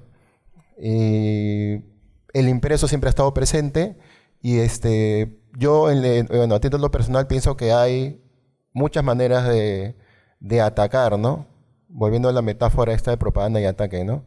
Al sistema, a la hegemonía, ¿no? Al capital, al todo, ¿no? Al todo que a veces subsume en la gente, ¿no? Entonces, bueno, hay que atacar la libertad, ¿no? Yo pienso que por todos lados, ¿no? Por la internet, con los impresos, con las actividades de difusión, con la vida misma, ¿no? Con la vida misma de las personas, ¿no? Entonces, desde hace tiempo estoy muy, muy, muy metido en estas cuestiones de las actividades libertarias, ¿no? De los 90, ¿no? Comienzo de los 90. Y bueno, siempre va a haber anarquistas en todos lados y siempre van a ser minoría, ¿no? Pero justamente, bueno, queda el hacer nomás, ¿no? El hacer, ¿no? El propagar, ¿no? Por ahora, ¿no? Eso es lo que podría decir, ¿no? Paréntesis, yo quisiera leer aquí, justo en el periódico, y lo conecto con lo que comentaba Horacio, la emancipación de los trabajadores ha de ser obra de los trabajadores mismos. Pienso que, digamos, el trabajo de producir esto implica una labor colectiva, ¿no? Y ese mismo discurrir del espacio como taller, como lugar de impresión, o sea, implica también que digamos, todos colaboren para que algo llegue, digamos, como dicen, a buen puerto, ¿no? Entonces creo que esa es como que la primera dimensión que se encuentra, digamos, en la práctica de producir, o sea, cualquier texto que uno esté pensando crearlo, ¿no? Lo otro es la dimensión, como dice Horacio, simbólica, por momentos poética, por momentos muy emotiva, pero por momentos muy real que se puede generar, ¿no? A partir de esto que de repente ya no obedece a este tiempo, por decir que es del pasado, pero como que muchas de estas búsquedas sobre procesos de impresión se generaron a partir de la pregunta de qué pasaría si se va la luz un día y que no hay formas de, digamos, de ver nada, ¿no? Entonces, ¿cómo podríamos seguir comunicándonos, ¿no? Entonces, a partir de esa pregunta es que se empezó a buscar, digamos, estos otros sistemas que generaran también, pero en esa lógica uno se da cuenta que se necesita, digamos, pensar en lo colectivo. No sé, ahora estoy haciendo una cámara de llanta de camión grande a la cual estoy reencauchando unos sopletes para aerógrafos para que se puedan hacer plantillas de impresión en CMK. O sea, es como que un niño uno de La Mancha va a agarrar y va a inflar la cámara, va a concentrar oxígeno ahí y después cada uno con el aerógrafo va a empezar a imprimir, ¿no? O sea, hacer plantillas y después a publicar, ¿no? Pero todo es un círculo, entonces para que esa llanta se acumule, uno de ellos tiene que inflar, ¿no? Entonces, y así, algo tan, no sé, extraño, o sea, dispositivo, ¿no? Yo, como que uno asume como que la práctica, como que de uno de promotor de dispositivos que puedan generar experiencias colectivas, ¿no? Y que en esa experiencia también esté como que vinculada la dimensión de la memoria y todas estas cuestiones afectivas que son importantes, porque al final quien aprenda eso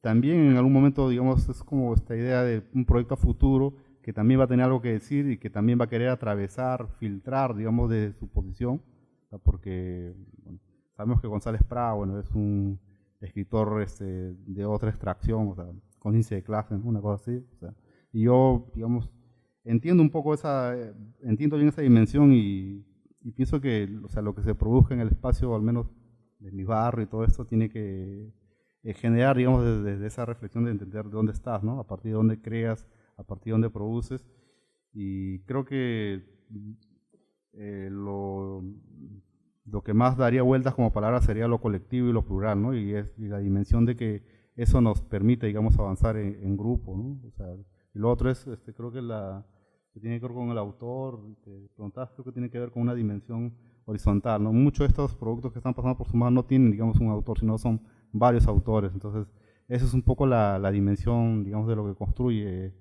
este material, ¿no? Que está por ahí andando. Yo quería comentar primero lo que tú comentabas sobre los medios digitales. Yo siempre he creído que los medios digitales son una etapa tecnológica entre muchas cosas que van a suceder para la comunicación. O sea, la imprenta no. La imprenta ha estado antes de nuestros tatarabuelos y va a seguir mucho tiempo, ¿no? Yo recuerdo que hubo un tiempo, un intento de discusión que me parecía estéril y además desinformada, de que las computadoras iban a vencer al libro, ¿no? No, eso no es discusión. O sea, la imprenta como no solamente como un objeto que, digamos, tecnológico que imprime cosas, sino como un objeto histórico. O sea, tiene ahora y en 100 años más todavía una importancia gravitante en la sociedad por algo muy básico. No necesitas luz eléctrica, no necesitas medios tecnológicos para acceder a un libro o para acceder a un medio impreso. Entonces, por eso siempre a mí me interesó que en el tema de la comunicación digital, las personas que se dediquen al tema se concentren en el contenido y no en la tecnología, porque la tecnología probablemente mañana cambie. Las tecnologías son, además, lo que tú comentabas, ¿no? Hay robo de datos, hay peligro de que tu identidad esté siendo clonada, hay muchísimas libertades que corren el riesgo dentro de los medios digitales, ¿no? Entonces, el medio digital, si ahora estoy metido en eso es porque es lo que existe ahora, pero no es que yo sea el último romántico del medio digital y estos gurús que aparecían antes del marketing que te decían que después de la web no venía nada más, ¿no? Que era el último peldaño de la humanidad, ¿no? Entonces, a mí me interesa entender eso, ¿no? Que estamos en una etapa. Lo otro era respecto a lo que hablaba el caballero, ¿no? O sea, el problema de que ha habido una historización muy elitista del periodismo en el Perú, ¿no? O sea, creo que temo decir que hasta en Latinoamérica, ¿no? O sea, normalmente la historiografía que se ha hecho sobre los medios impresos diarios o de venta, digamos, periódica, siempre se ha hablado pues del comercio, no sé, el tiempo de Lima en su momento, ¿no? Qué sé yo, ¿no? De la industria, ¿no? De estos grandes conglomerados, y de una u otra forma se ha dejado de lado o solamente se les menciona así como que entre comas, ¿no?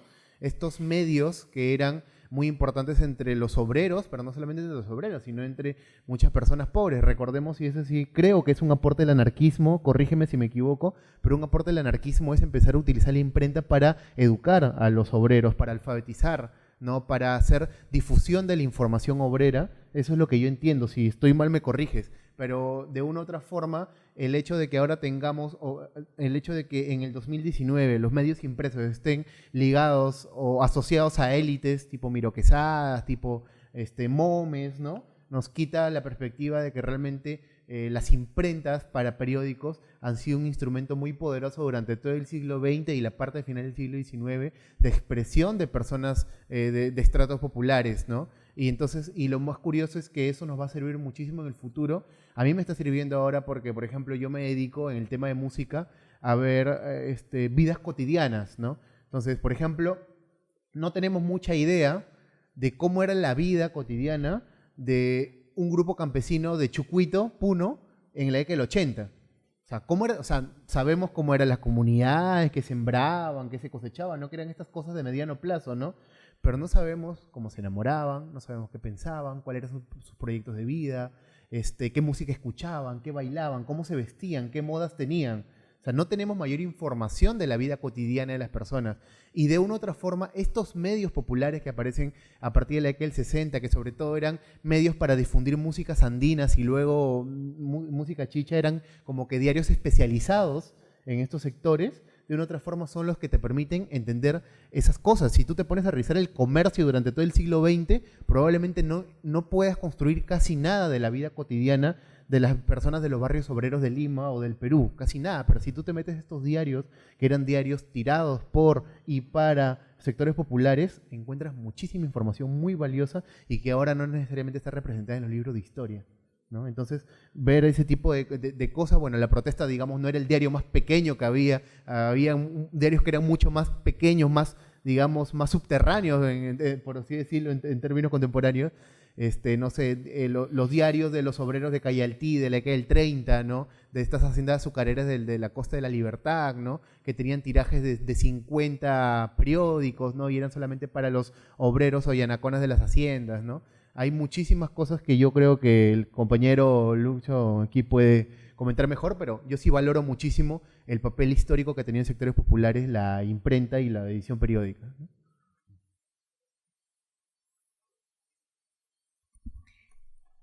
Nada más. Bueno. Sí, claro.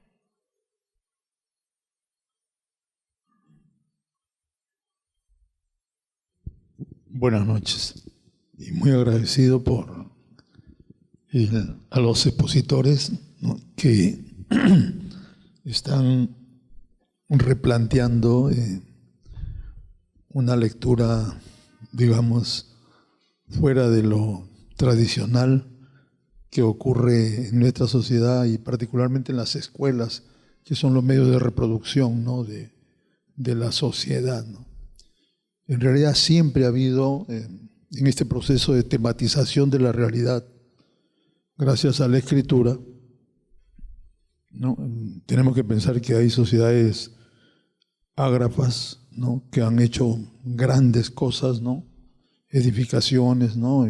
Tenemos un Machu Picchu, ¿no?, de una época en la que no teníamos escritura, sino una lengua oral, fundamentalmente. No confío mucho en la escritura. Lo que veo es que todos estamos en una cierta realidad y que esta realidad a veces la percibimos culturalmente porque hay grupos que nos van generando lecturas de la realidad. Pero felizmente hay personas que reflexionan sobre estas lecturas y no se creen el cuento de que eso es la realidad. Y miran más la realidad, cotejan la realidad con estas lecturas y se dan cuenta que hay un doble discurso, hay una doble moral, ¿no? Hay una doble actitud, ¿no?, religiosa, ¿no? Por un lado la bondad, ¿no?, aparentemente, pero si analizamos diacrónicamente estas instituciones, por ejemplo, religiosas, en realidad nunca fueron bondadosas. Te mataban a garrotazos cuando tú no pensabas como ellos. Siempre ha habido esta doble o triple lectura de la realidad. Creo que se está acabando la batería. Pero me gusta, ¿no?, por eso y felicito estas lecturas que están haciendo de Manuel González Prada, y como muchos otros escritores de los que en la escuela se conoce otra faceta, ¿no? Hace años leí un libro de César Augusto Ángeles Caballero sobre Valdelomar, por ejemplo, ¿no? Valdelomar conferenciante, y él relata en ese libro que Valdelomar iba por la costa y regresaba por la sierra dando conferencias. Y en su libro están los facsímiles de las entradas para estos, entre comillas, ¿no?, sesiones que hoy día la gente guarda las entradas, por ejemplo, de asistir a un concierto chicha o de conciertos de cumbia, etcétera, ¿no? Ahora lo puedes hacer hasta por internet o un partido de fútbol, ¿no?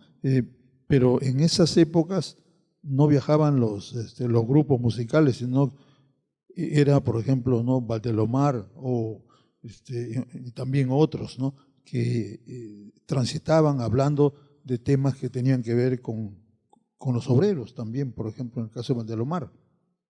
Pero eso no se dice en la escuela. Entonces tenemos una pintura, ¿no?, muy cómoda para mantener el statu quo. Y estos espacios de reflexión, de crítica, de análisis, nos muestran otras lecturas, ¿no? Freire, por ejemplo, el brasileño decía, la lectura del mundo precede a la lectura de la palabra. Por eso no creo mucho en la palabra. Porque la palabra además puede tener muchas lecturas. Y nos dan la lectura más inocua, ¿no?, en la escuela, ¿no? y ahí están las interpretaciones, ¿no? Los métodos de interpretación, ¿no? Lo que es diríamos, la ortodoxia en la interpretación. Y no hacemos otras lecturas, otras interpretaciones. Se atrevieron algunos de distintas posiciones políticas a hacer nuevas interpretaciones de la realidad, incluso los que no iban a la academia, como Lévano, como Mariátegui, etcétera, ¿no? Y sentado estaba escuchando a Mariátegui y Valdelomar, pero eso nunca se dice en la escuela, ni se le pinta que está sentado junto con otros escuchándolo a Mariátegui. No. Las mentes de nuestros niños están llenas de Pokémon y de otras cosas, ¿no? Y de una serie de juegos, ¿no? Que no tienen que ver con nuestra realidad. Yo soy profesor en San Marcos hace 46 años y cada día estoy peleando ahí, ¿no? con esta academia, ¿no? Hace 2 días han estado ahí los japoneses hablando de una técnica Taiso, un ejercicio, ¿no? Que te va a mantener sano, qué sé yo. Y yo pedí la palabra, pero no me la dieron. Yo qué les iba a decir, pero acá nosotros teníamos chasquis que iban desde la costa hasta otro sitio para llevar los peces, ya los pescados, ¿no? Para que coman. Y hemos tenido maratonistas, pues, como han tenido también los griegos, ¿no? Pero que me vengan a decir que sentadito nomás ahí en tu puesto de trabajo donde estás dominado y no subpagado, etcétera, salvo que tú fueras un fiscal que ganas 38.000 soles y además corrupto y ahora le acaban de aumentar el sueldo. Entonces, y nadie hace historietas sobre eso. Felizmente que hay memes, ¿no? Pero eso no se enseña en la escuela. En la escuela se siguen prohibiendo los celulares. Y el celular es un diccionario. El celular tiene miles de periódicos. Puedo leer Le Monde antes que los franceses despierten. En fin, estamos entonces en una realidad que se construye para la escuela y no debes despertar de esas lecturas que se te dan en la escuela, ¿no?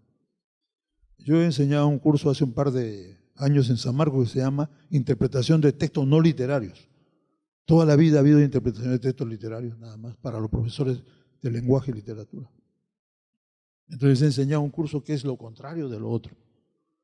Vendría a ser como una especie de anarquismo, ¿no? O una nueva lectura de lo que debe hacer un profesor en la escuela. Yo soy jurado de clases finales y hace todas estas 2, 3 últimas semanas los profesores van a los colegios, dan una clase y se gradúan. ¿Y cuáles son? ¿Y qué hacen en su clase? Lo que la academia le da. Va a dar una clase sobre el ensayo y él dice que el ensayo tiene 3 partes, introducción, cuerpo y conclusión. Esas no son las partes de un ensayo. Esas son la parte de cualquier cosa, ¿no? Todo tiene un inicio, un cuerpo y un término. Entonces, la academia también entonces casi se ha ganado un prestigio de pseudoacademia, ¿no? Y a veces los saberes populares son tan valiosos como los otros.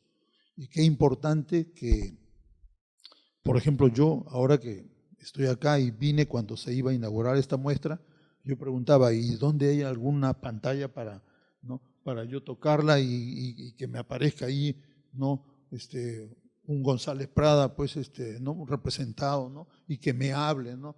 Y que yo pueda hasta preguntarle y que él me responda, hablar de inteligencia artificial, de algunas cositas. Ahora nos quieren vender el cuento de que hay un televisor que tú le hablas en español y se va a aprender en el canal que tú mencionaste. Eso es elemental, pero eso lo están vendiendo, ¿no? como una gran novedad.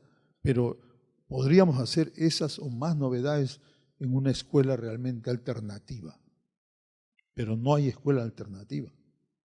Hay una escuela alternativa en algunos puntos del país, pero no ha hecho carne realmente, ¿no? Entonces, saludo a la mesa, ¿no? Pero decía que cuando vine para días antes que se inaugurara esta muestra, me sentí muy triste porque yo creo que la Casa de la Literatura debería tener un canal de televisión. Claro, ¿no? Hoy día, ¿no? Un niño de 7 años ya tiene su canal en YouTube, ¿no? aunque sea ahí, tendríamos que tener, ¿no?, un canal. La San Martín de Porres tiene canal digital con 2, 3 secuencias, ¿no? Una de música, otra de réplicas para la escuela tradicional, etc. En San Marcos les he dicho hace 20 años que hagan eso y no se hace, ¿no? Cuando recién llegó el cable mágico acá, había un canal de la UBA, de la Universidad de Buenos Aires. Ahora ya no está. Yo dejé de tener internet, cable mágico porque ya no habían canales culturales, porque eso te puede hacer despertar, porque ahí escuchabas a Sabater o escuchabas a otro. Esto que ustedes han hecho hoy día acá, por ejemplo, si estuviera mañana en todos los colegios, generaría debate, generaría nuevas lecturas, nuevas relecturas con nuevos sentidos más auténticos de nuestros escritores, ¿no? Y los felicito nuevamente. Gracias.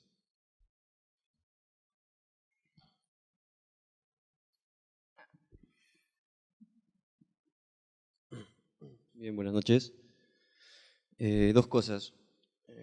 Primero, me quedo con las palabras, no recuerdo quién habló acerca de los libros, que es muy complejo obtener libros por el tema del dinero, ¿no? Porque los libros cuestan, los buenos libros que uno quiere buscarlos, lo encuentra muy caro, ¿no? Yo hace poco a mí me gusta el teatro, yo hago teatro y creo que literatura y teatro va muy, muy, muy de la mano.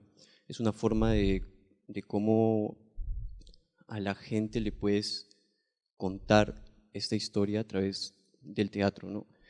Y bien, y hace poco estaba tratando de buscar un libro que he intentado buscarlo por muchos lugares, no lo he encontrado. Fui a Amazonas, fui a otra librería, sino que es el cuerpo poético de Jacques Lecoq, me parece.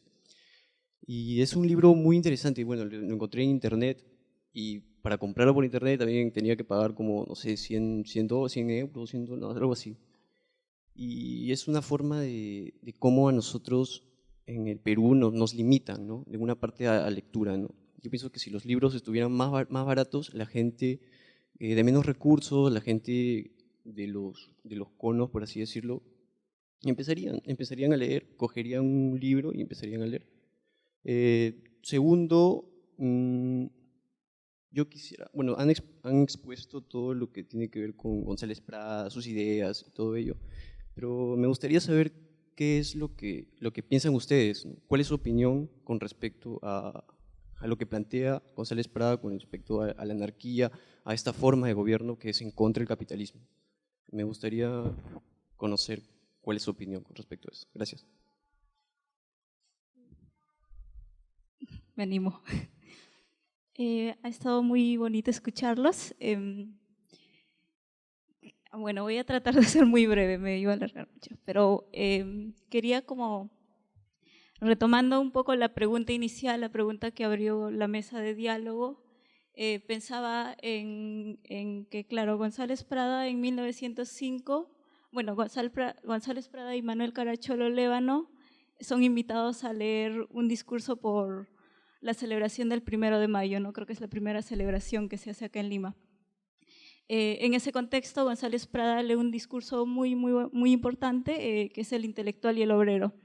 Remitiéndome un poco a ese contenido, un poco al contexto en el que se lee y que, claro, luego González Prada anualmente lee un discurso en este evento, ¿no? Invitado por la Federación de Obreros Estrella del Perú.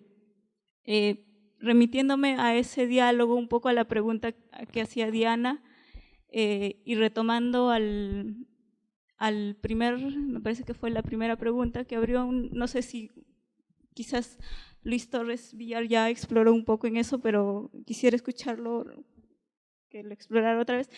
¿Cómo vería, pensando también en que, bueno, en los 3 puntos notaba mucho que había como un afán de desvincularse de la academia, ¿no?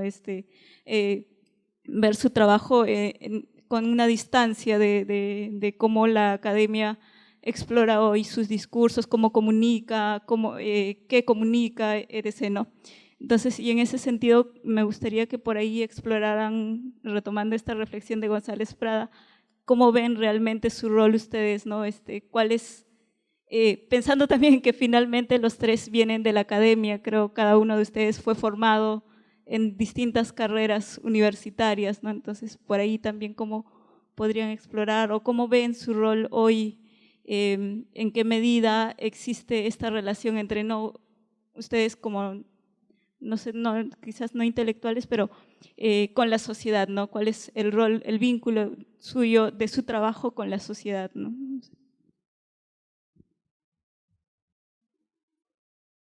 Bueno, sí, pues. Bueno, primero, ¿no? La pregunta que hizo, bueno, el comentario, yo, me identifico bastante con González Prada, ¿no? Porque, o sea, González Prada, pues, aparte de ser una figura política, un poeta de polendas, es literato y todo eso, es reconocido, pues, como anarquista desde el comienzo del siglo, ¿no? El libro Anarquía fue editado en el 36, ¿no? En el fuego de las trincheras de la Guerra Civil Española, los anarquistas leían este libro, ¿no? Y fue editado 2 veces en España, ¿no? Y en Chile también, ¿no? Bueno, eso es lo que a mí me contagia a González Prada, ¿no? Es el hecho, pues, de una persona que tiene notable erudición, pero que se acerca a las masas obreras, pues, como un, bueno, como dije anteriormente, ¿no? Como uno más, ¿no? Era muy respetado y, bueno, justamente ahorita no puedo soslayar de citar este periódico, La Protesta, que me dio el compañero Cayetano, cuyo padre ha publicado acá un texto, ¿no? Sobre González Prada, ¿no? O sea que en este pequeño extracto que voy a leer está, me parece como que en síntesis lo que es González Prada, pues, ¿no? Y también lo que se quiere un poco oscurecer de González Prada, ¿no? Su lado como anarquista, ¿no? Este artículo que dice recordando al maestro Manuel González Prada es a 9 años de su muerte. Y dice al final, ¿no? Dice, Prada fue todo un hombre anarquista, no regional, sino universal, como filósofo, poeta y literato. Por esto cobra mayor relieve y también mayor resonancia. Prada no muerto, vive en los afectos de los hombres y mujeres que saben amar. Me parece un texto bonito, casi naif, ¿no? Pero sí, pues no, o sea, la gente que está involucrada en el anarquismo, en las reivindicaciones obreras, le tenía mucho respeto a González Prada, ¿no? Como una especie de maestro, ¿no? Como acá dice, ¿no? Pero igual, ¿no? El trato era de uno más, ¿no?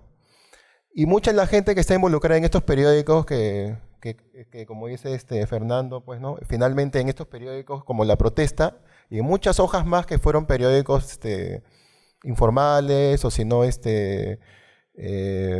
sé, que circulaban de mano en mano, está retratado también todo lo que a veces esconde la cultura oficial o los medios masivos, ¿no? Esos periódicos chicos, de tiraje menor, de pueblo, ¿no? O si no, como estos que son de prensa obrera, ¿no? Está la vida del campesino, la vida del trabajador, estas hojas, ¿no? Aparte de política hay mucho de eso, ¿no? Del sentimiento, ¿no? Entonces un poco eso es lo que no se debe olvidar, ¿no? Este tipo de periódicos, este tipo de iniciativas y bueno, de hecho pues que yo a González Prada lo tengo como un referente indudable, pues, ¿no? Por lo que produjo, por la forma como entró a las huestes rebeldes, ¿no? Para, bueno, sindicalistas y todo eso, ¿no? ¿Cuál era la otra pregunta? ¿Cómo se ubican siendo ustedes también parte de la academia? Ah, bueno. Bueno, yo en lo particular no me siento parte de la academia, ¿no? Me siento, si bien es cierto, he pisado el claustro universitario y he estudiado literatura, a veces no entraba a las clases incluso, pero bueno, más que todo, o sea, yo me siento un autodidacta, pues, ¿no? Como Mariátegui, como Lévano, ¿no? O sea, me gusta ese tipo de acercamientos, ¿no? Incluso, pues, en San Marcos cuando yo ingresé en San Marcos, formé parte de un colectivo libertario que se armó así, casi espontáneamente, ¿no? Y eso es lo que más recuerdo de la universidad, más que los profesores que eran muy académicos o muy renombrados, porque estoy estudió literatura, bueno, filosofía, ¿no? Y en ese momento, pues, habían profesores que ahora han fallecido, pero que eran muy reconocidos, ¿no? Ahora creo que ha cambiado un poco, no sé, ¿no? Bueno, varios han fallecido, ¿no? Pero bueno, está eso, ¿no? Mi acercamiento siempre fue antiacadémico y fue más que todo autodidacta a todo, ¿no? Las ideas, a lo que intenté leer, ¿no? O sea, y eso es lo que básicamente fomento y trato un poco de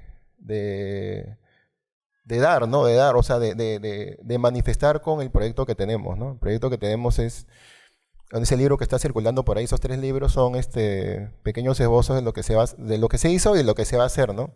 Entonces, eso es lo que se quiere fomentar un poco, la cultura popular y el libro que sea barato, ¿no? Y bueno, eso, ¿no? Y que estén las ideas un poco escondidas que poco se saben, ¿no? Bueno, a mí el tema del acercamiento a González Prada lo he leído en algún momento en el colegio, de ahí pero muy breve, ¿no? Era como la tarea que vengo de una educación donde, bueno, no se incentivaba mucho la lectura, pero sí, después lo he ido encontrando en otros fragmentos a partir de ir viendo, digamos, otro tipo de relatos. Por ejemplo, no sé, Frank Mazarel, La pasión de un hombre. Hay una editorial argentina, Bibliopop, que también produce literatura anarquista. Y a partir de ciertas situaciones empiezo a ir a encontrar coherencias, ¿no? Veo lo que pasa acá con esta imprentilla y esta necesidad, digamos, de asumir que tus ideas pueden construirse, digamos, en la intimidad de tu hogar y que después pueden explotar, digamos, a conectar otros circuitos, ¿no? Y explotar también otras cabezas, o sea, generar conexiones y todo esto. Eso es lo que me parece potente, ¿no? En el sentido de que para mí esto es nuevo, o sea, y eso es lo que me genera como que una dimensión vinculada, que podría decir casi como pasión, ¿no? Como para seguir ideando, pensando y confabulando más cosas. Sobre la dimensión que decía, creo, del autor, tiene que ver mucho con el diálogo horizontal, el concepto de compartir. Y sobre el tema de academia, bueno, vengo más de una academia de escuela de bellas artes, ¿no? Donde hay un concepto de academia, digamos, muy vinculado a esta idea de pintura académica, no sé, del siglo, de todos ya muertos, ¿no? O sea, del siglo XIX, pero pienso que la práctica que hago ahora tiene que ver mucho con tratar de alejarse de esa mirada, ¿no? Porque es una mirada excluyente, que quiere mirar hacia otro lado, al igual que un poco lo que critica González Prada, ¿no? Que deseo por el retorno del pasado, que igual, ¿no? Como que calco y copia, ¿no? No es la voz. Entonces, a mí lo que me parece importante es que muchas no sé, pensándolo un poco como pedagogo y como artista plástico, que muchas respuestas no se encuentran necesariamente en la academia. La academia sí sirve para ordenar, para publicar y para, ¿no? O ajustar o ciertas cosas, obedecer, pero lo otro creo que tiene que ver mucho con creación, y esto se encuentra mucho en lo cotidiano, en el día a día, ¿no? O sea, yo hablo más de mi experiencia como creador visual, que tiene que ver mucho con que si falta algo, simplemente salgo al mercado y ahí encuentro algo que puede funcionar muy bien y que se va acomodando muy bien y que tiene una dimensión como muy sincera, o sea, no necesita, digamos, ni siquiera hacer memoria o abrir como gavetas muy escondidas, sino porque está ahí evidente, ¿no? Y en cierta medida obedece también a una condición como biográfica, ¿no? Y yo siento mucho eso, sobre todo con estos artefactos, estos libros, ¿no? Que es tan pequeño, el de compartir con su hijo, que lo apoyó, lo ayudó. Entonces, qué tan potente ahí, ¿no? Hay una dimensión como para generar, digamos, un sueño, prender una pequeña chispa en la experiencia del otro, ¿no? Entonces, creo que eso me parece alucinante, ¿no? Si la academia te sirve para no sé, para aprender un poco algo y que eso al final lo logras traducir, o sea, porque al final todo es traducción, genial, ¿no? Funciona. Ya un poco breve, disculpen. Bueno, mi relación con González Pradas ha tenido que ver mucho con la carrera porque una de las bases de la antropología es, al menos la antropología que se enseña en San Marcos, ¿no? Que tiene un perfil mucho de explorar la historia de la antropología peruana, y uno de los puntos de partida es, digamos, son este contexto de indianismo, que no es indigenismo, ¿no? Que este indianismo de finales del 19, de intelectuales que intuitivamente se intentan acercar a lo que en ese momento se le dice el indio, ¿no? Entonces, en los discursos de González Prada, no solamente en el de Politeama, sino ya en los textos previos, ya hay una mención constante de que la ciudadanía se forja no solamente a través de los periodos intelectuales que ocupan, digamos, los foros, sino que lo construyen los obreros de la costa y los campesinos, no en esos términos, pero los campesinos que están en los Andes, ¿no? O sea, hay una constante mención al tema de los Andes. Entonces, al menos en la carrera para nosotros sí fue importante porque era uno de los puntos de partida obligatorios para entender cómo los intelectuales habían construido un discurso sobre el indígena, que no es un discurso apartado. O sea, esos discursos sirven para generar movimientos indigenistas en el Cusco y en Lima, en la generación del Centenario. Luego aparece Valcárcel, aparece incluso el hecho mismo de que haya habido una ley de comunidades indígenas en la época de Leguía, es inspirada o es, digamos, asesorada por estos intelectuales que son formados con la preocupación de que el indio ya no es un artefacto o la caja chica del Estado peruano, ¿no? Con el tema de las mitas indígenas, ¿no? Y luego eso sirve para, digamos, forjar tomas de tierras, forjar, digamos, luchas constantes contra los sistemas latifundistas, ¿no? Que llegan hasta el año 68, ¿no? O sea, el tema de la reforma agraria no hay que entenderlo como un asunto aislado que a un militar como Velasco se le ocurre, ¿no? O sea, el hombre lo ejecuta, pero hay toda una discusión durante todo el siglo XX y que se centra alrededor de decir el latifundio es un problema para el Perú porque no permite desarrollarse a un sector grande del país, que en este caso eran los indígenas, colonos y yanaconas, que estaban alrededor de tierras que no eran suyas. Era un país rentista, y González Prada llama mucho la atención sobre esto, ¿no? Que teníamos una élite que no solamente era un problema por ser élite, sino por ser una élite incompetente, que no estaba, digamos, a la altura de los retos que tenía un país andino como el nuestro. Entonces, y lo otro, para terminar, el tema de la vinculación con la academia, mi sueño en algún momento fue ser este investigador de la academia que va de conferencia en conferencia a hablar sobre sus últimos hallazgos científicos y que me aplauda la gente en la academia, y en algún momento me dejó de parecer atractiva la cuestión. Es un tema quizás de temporada de mi vida, ¿no? Pero ahora estoy en esa situación, pero yo creo que yo vengo de un asentamiento humano de Piura. Mis hermanos y yo somos la primera generación, una familia, digamos, que la puedo rastrear hasta el 870 más o menos, que era campesina de la Sierra de Piura. Somos los primeros profesionales. Y mi mamá fue la primera alfabeta de su familia. O sea, mi abuela por ahí aprendió a escribir su nombre y a sumar algunas cosas, y mi abuelo por ahí también aprendió algo, y sus padres y todos los que venían atrás eran absolutamente ágrafos. Entonces, de una u otra forma, para nosotros, educarnos en la universidad no era una opción. O sea, no era como puedes por ahí, si se te ocurre, si tienes ánimos, puedes hacerlo. No, era una obligación. No teníamos de otra. O sea, teníamos que, de una u otra manera, estar a la altura de lo que nuestras familias habían proyectado desde los abuelos, ¿no? Cuando mis abuelos deciden comprar una invasión, ¿no? Un lote cercado con esteras en un asentamiento humano de Piura para que sus hijas se vayan del campo hacia la ciudad, evidentemente no lo hacían solamente porque se les ocurrió que te vayas. O sea, evidentemente tenían el anhelo de que se eduquen, de que puedan aprender algo, de que sean profesionales. Había un proyecto de familia y obviamente uno, digamos, en ese contexto familiar, que no era un contexto solamente de mi familia, sino hasta generacional en la historia del Perú, no tenías otra opción que estar en la universidad.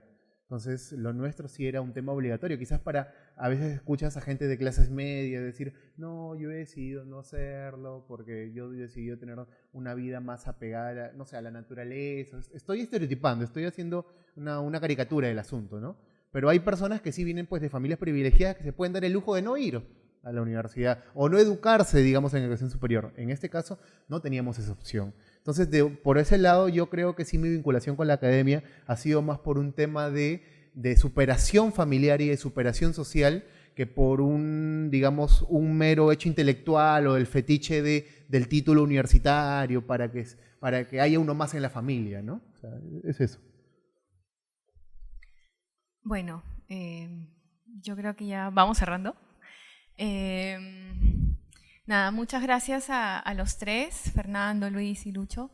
Es interesante y da para muchas discusiones también todo lo que hemos comentado.